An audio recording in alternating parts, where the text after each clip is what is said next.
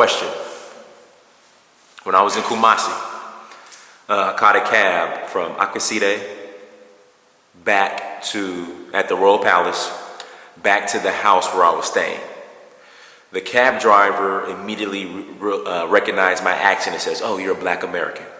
He then asked, "Why am I here in Kumasi, all the way from America?" And I told him I came to celebrate Akweside. And he looked at, well, he didn't look at me, because you see, I was sitting in the back, he's in the front. He's like, "Why? Us Ghanaians here in Kumasi, we didn't even know it was Akweside today until this morning." Then he says, "Why do we continue to celebrate an ancient kingdom, right? When present day, the roads are terrible, people have no opportunities, traffic is going to be terrible," because this was on a Sunday, Monday was coming up. He said traffic is going to be gridlocked, but our Asante Hene, our king, rides around in a $500,000 Rolls Royce. He then goes on to say, and I'm missing part of it, he then ends it with, "Why celebrate Ghanaian culture when Ghanaian culture is failing us?" And I was like, wow.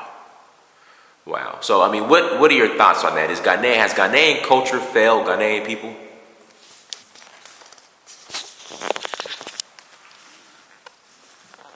First of all, Ghanaian culture has not failed our people. If you could introduce yourself, let people know who you are. I am Tenge Djokoto, from the Tenge Djokoto Royal Palace of Anglo. Now, in terms of the Otumfo having a Rolls Royce and any other thing, first of all, royalty is royalty. Our royalty in Africa is the same as the royalty in Europe. The Rolls Royce is the car of royals.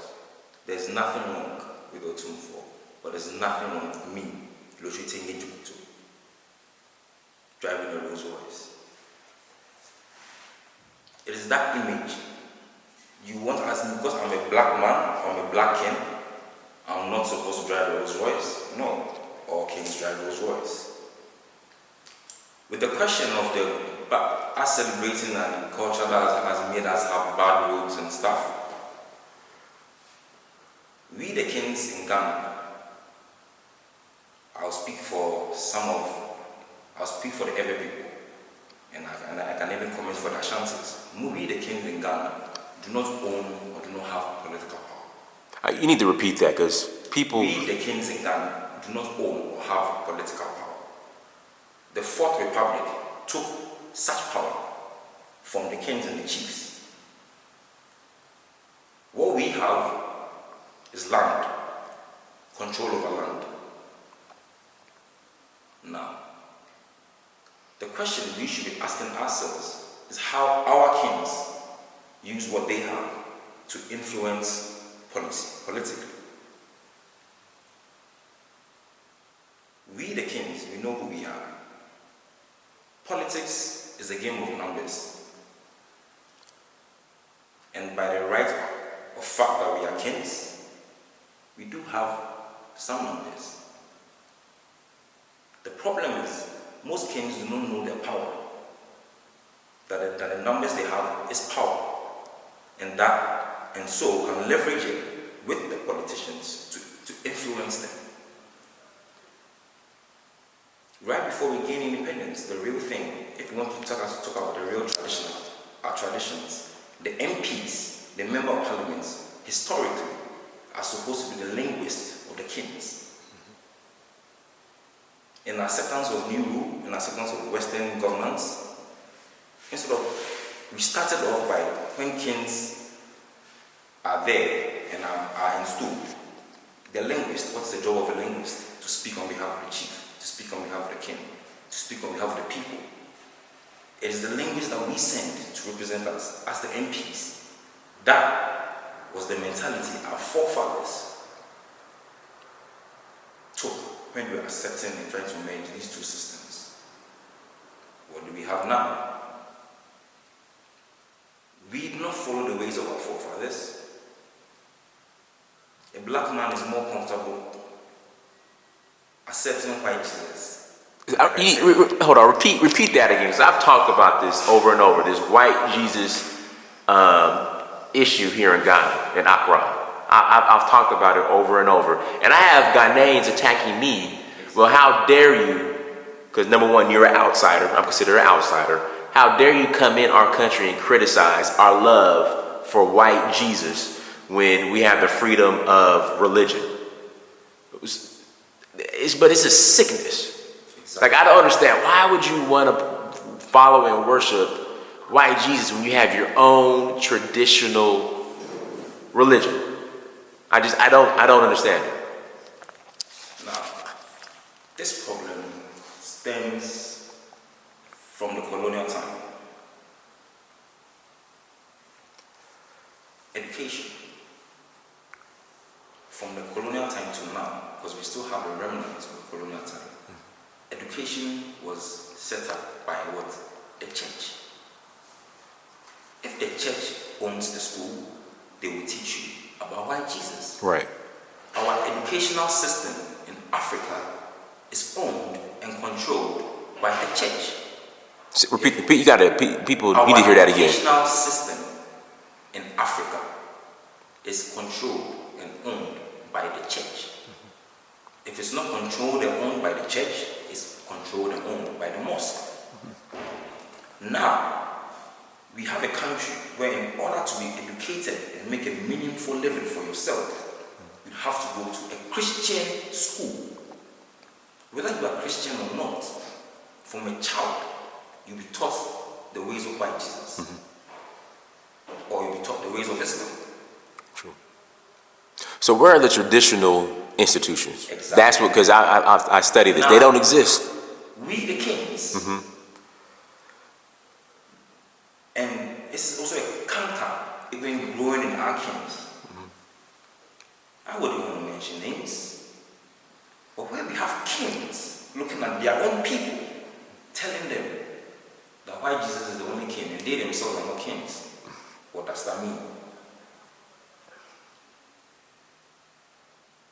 If you, a king, an African traditional king, look at your people, the people that you are here to rule over and guide, that your ancestors have left you, look at them and tell them that the only way to God, the white God that your ancestors died for, you believe in them and that you are a Christian, the only king in this world is white Jesus. What are your sheep going to say? What are your people going to say? Right. It's a growing canker, and that's because it stems down to our educational system.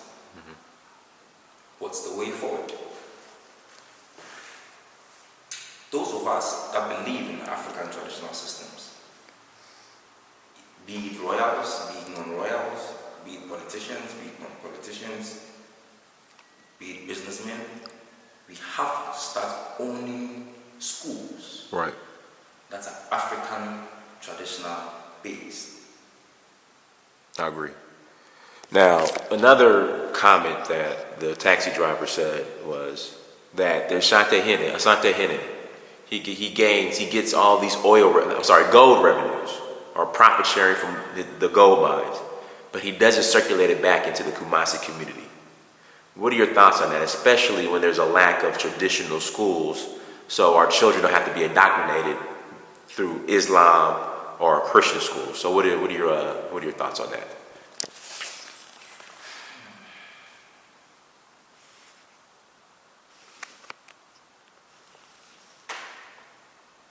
I cannot speak for that Asante Hene. But what I know is that the Menchia Palace, the office of the Ashanti Empire, the Menchia Palace, Yes. have churned out many scholarships. Okay. Churned out many programs. But to where? That have helped out Ashanti citizens. Be it politicians, be it business people, be it musicians.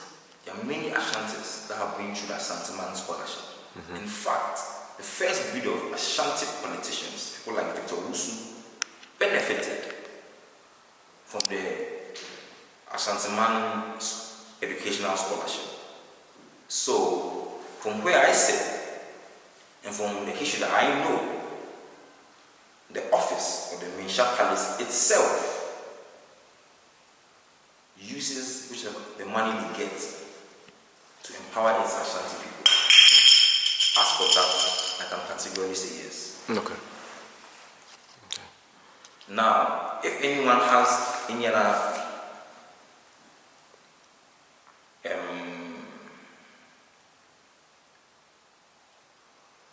if anyone thinks otherwise, they might be trying to talk about the personality.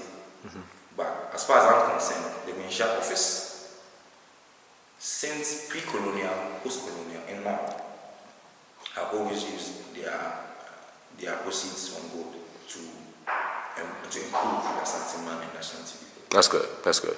That's nice to hear. That's nice to hear. I appreciate it. Anything else you'd like to share in closing before Vince comes down? We're going to get Vince involved in the conversation as well. All I would like to say is that as African people, I would never tell you to come and follow my God. But I'll tell you to remember your ancestor. Repeat that again. African That's important. people, I will never come and tell you to follow my God, but I'll always tell you to remember your ancestors. Your ancestors didn't die in vain.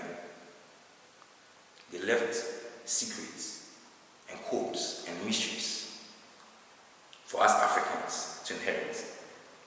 Now, the quality of men and the people that are supposed to inherit such important mysteries are now seen as educated and thus frowned upon what their forefathers have left them. So the jewel of the family do not inherit the mysteries of their forefathers. And now the mysteries are left to, let's say, men who haven't been prepared or have been groomed for such quality and such mysteries. Thus, some people say that African traditions, people only use it. Oh, here he comes. Here he comes. Got his Lumumba suit on. Yes, sir. Brother Vince. Go ahead. Thus, some people will say in African traditions, people only use it to do harm, which is not true. Right. You can use African to defend yourself and to liberate yourself. But if you leave it in the hands of the unqualified, what would you expect? If the so-called brilliant Africans and chosen ones of each family accepted the mysteries of their ancestors, we will all be great. Thank you. Vince, you ready? Can I ask you a question? No, not yet. Okay. All right, I appreciate it. Thank you.